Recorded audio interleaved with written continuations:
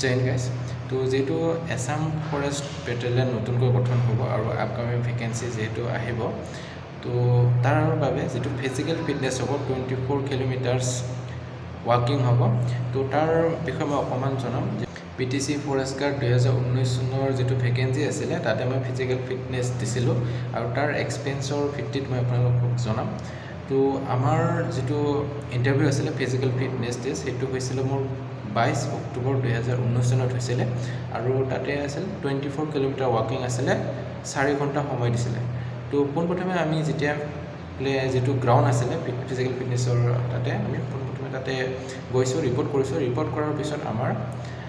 ডকুমেণ্টখিনি check কৰিছে আৰু এডমিটখন ফাৰ্ষ্টত চেক কৰিছে এডমিট চেক কৰাৰ পিছত আমাৰ এডুকেশ্যন কোৱালিফিকেশ্যনবিলাক চেক কৰিছে আপোনাৰ কাষ্ট চাৰ্টিফিকেট ডমিচাইল এইবিলাক চেক কৰিছে সেইখিনি চেক কৰাৰ পিছত নেক্সট আমাৰ হাইটটো জুখিছে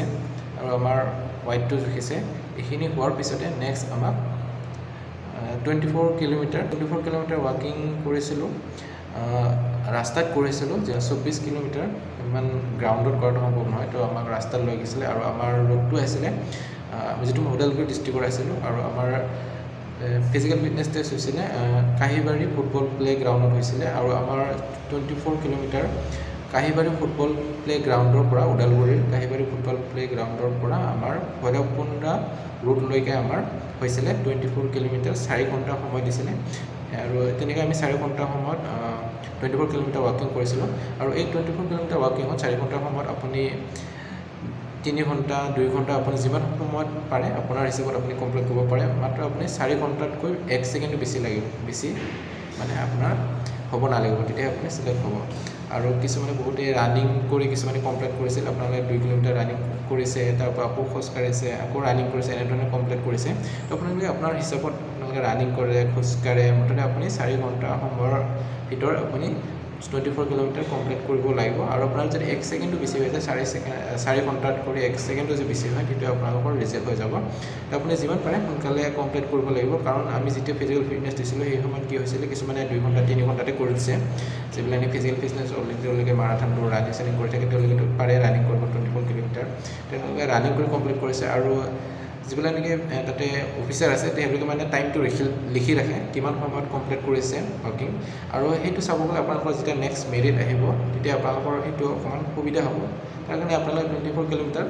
4 ঘণ্টাতকৈ আগতে কমপ্লিট কৰিব চেষ্টা কৰিব তেতিয়া আপোনালোকৰ ভাল হ'ব আৰু আমি ফিজিকেল ফিটনেছ দিছিলোঁ মই পাছ কৰিছিলোঁ তো ফিজিকেল ফিটনেছত 2-3 কিলোমিটাৰমান ৰানিং কৰিছিলোঁ আকৌ খোজ কাঢ়িছিলোঁ এনেদৰে মানে বহুত কষ্ট কৰি 24 কিলোমিটাৰ কমপ্লিট কৰিছিলোঁ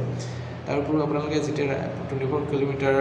ৱাকিঙৰ কাৰণে যাব ফিজিকেল ফিটনেছৰ কাৰণে আপোনালোকে পানী বটল লগত লৈ যাব কাৰণ বহুত পানী পিয়াহ লাগে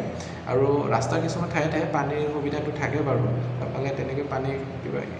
খাবৰ কাৰণে আপোনালোকক দিয়ে আপোনালোকে তেনেকৈ ইউজ কৰিব পাৰিব তাৰপৰা আপোনালোকে নিজাকৈ আপোনালোকে পানী বটল লগত ৰাখিব খোৱা বস্তু লগত ৰাখিব আপোনালোকে খাই পিনে আপোনালোকে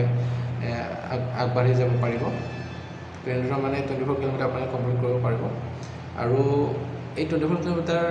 কৰাৰ পিছত কমচে কম আমাৰ 3-4 দিনলৈকে আঁঠুৰ বিষ হৈ থাকিলে বহুত কষ্ট হৈছিলে এইখিনি 24 কিলোমিটাৰ সম্ভৱ নহয় কোনো তেনেকুৱা অভিজ্ঞতা নাছিলে ফাৰ্ষ্ট তেনেকৈ দিছিলোঁ আৰু এইটো প্ৰেক্টিছ কৰাৰ কাৰণেও খুব কেনেকৈ কৰিব প্ৰেক্টিছ 24 কিলোমিটাৰ আপুনি যে প্ৰেক্টিছ কৰি ইমান সম্ভৱ নহয় হ'লেও আপোনালোকে পাৰে মানে ৰানিং চানিং কৰি থাকিব ৱাকিং চকিং কৰি থাকিব এক্সাৰচাইজবিলাক কৰি থাকিব তেতিয়া আপোনালোকে নিজাকৈ কৰিব পাৰিব 24 কিলোমিটাৰ কমপ্লিট আৰু তাৰ কাৰণে আপোনালোকে ভাল জোতা পিন্ধি ল'ব ভাল কমফৰ্টেবল জোতা ইউজ কৰিব আপোনালোকে যাতে ভৰিটো গৰম হৈ নাযায় আপোনালোকৰ তেনেকুৱা আপোনালোকে ভাল কমফৰ্টেবল জোতা পিন্ধি আপোনালোকে 24 কিলোমিটাৰ ৱাকিং কৰিব যাব তো নহ'লে আপোনালোকৰ ভৰিবিলাক গৰম হৈ যায় একদম ভৰি তলাবিলাক তেনেকৈ আপোনালোকৰ অসুবিধা পাব জ্বলন হৈ যাব ভৰিবিলাক আপোনাৰ 24 কিলোমিটাৰ কমপ্লিট কৰিব পাৰিব ভাল কমফৰ্টেবল জোতা ইউজ কৰিব আৰু আপোনালোকে হাফ পেণ্ট পিন্ধি যাব পাৰিব লং পেণ্ট পিন্ধি যাব পাৰিব আপোনাৰ হিচাপতে আপুনি কৰিব পাৰিব আৰু আমি যেতিয়া 24 কিলোমিটাৰ ৱাকিং কৰিছিলোঁ সেই সময়ত আমি মোবাইলো ইউজ কৰিছিলোঁ কাৰণ মোবাইল লৈ যে গৈছিলোঁ আৰু মোবাইল গান বজাই পিনে আমি ধুনীয়াকৈ ৱাকিং কৰিছিলোঁ ৰানিং কৰিছিলোঁ তেনেধৰণে মানে লগৰ লগত এনজয় কৰি আমি গৈছিলোঁ তো ফাৰ্ষ্টত যেতিয়া গৈছিলোঁ সেই সময়ত আমাৰ ভালে লাগিছিল লগৰ লগত এনজয় কৰি গাঁৱৰ পৰিৱেশবিলাক চাই ৰাস্তাত মানুহ ওলাই ঘৰৰ পৰা ওলাই আহি পিনে আমাক চাইছিল তেনেধৰণে তো যেতিয়া লাষ্টৰ মোটামুটি 6-7 কিলোমিটাৰ 10 কিলোমিটাৰলৈকে বাকী আছিলে সেইখিনি সময়ত মানে অৱস্থা বেয়া হৈ গৈছিলে কিন্তু প্ৰথম অৱস্থাত জোচটো থাকেই বাৰু চবৰে কিন্তু শেষৰ অৱস্থা আপোনালোকৰ একে মনটো ডাউন হৈ যায় মানে ভৰি জ্বলন হৈ যায় একদম তো তেনেকুৱা আপোনাৰ মনটো ভাঙি নিদিব, আপোনালোকে কমপ্লিট কৰিব লাহে লাহে। আপুনি এজন ভাল লগ এটা বিচাৰি ল'ব, আপোনাক জোচ দিব, আপুনি তেনেকৈ কমপ্লিট কৰিব পাৰিব ধুনীয়াকৈ। তো এইটো আছিল ফিজিকেল ফিটনেছৰ এক্সপিৰিয়েঞ্চ অকণমান। তো আমি যেতিয়া PTC ফৰেষ্ট গাৰ্ড এপ্লাই কৰিছিলোঁ 2019 আৰু আমি ফিজিকেল ফিটনেছ পাছ কৰিছিলোঁ, কিন্তু আমাৰ ভেকেঞ্চিবিলাক মানে ক'ত কি কেনেকৈ কি হৈ গ'ল গমেই নাপালোঁ। মানে আমি ৰাইটিং এক্সামৰ কাৰণে আমাৰ এডমিটেই নাহিলে, ভেকেঞ্চি কেনেকৈ ক'ত কি হ'ল গমেই নাপালোঁ। আমি ৰাইটিং এক্সাম দিবই নাপালোঁ, চাকৰি ক'ত কোনে কি কেনেকৈ লৈ ল'লে, কোনোবা ঘোচ দি ল'লে নে কি ল'লে গমেই নাপালোঁ। তো এইটো PTC 2019 ফৰেষ্ট গাৰ্ডৰ ইণ্টাৰভিউৰ অকণমান এক্সপিৰিয়েঞ্চ আছিলে।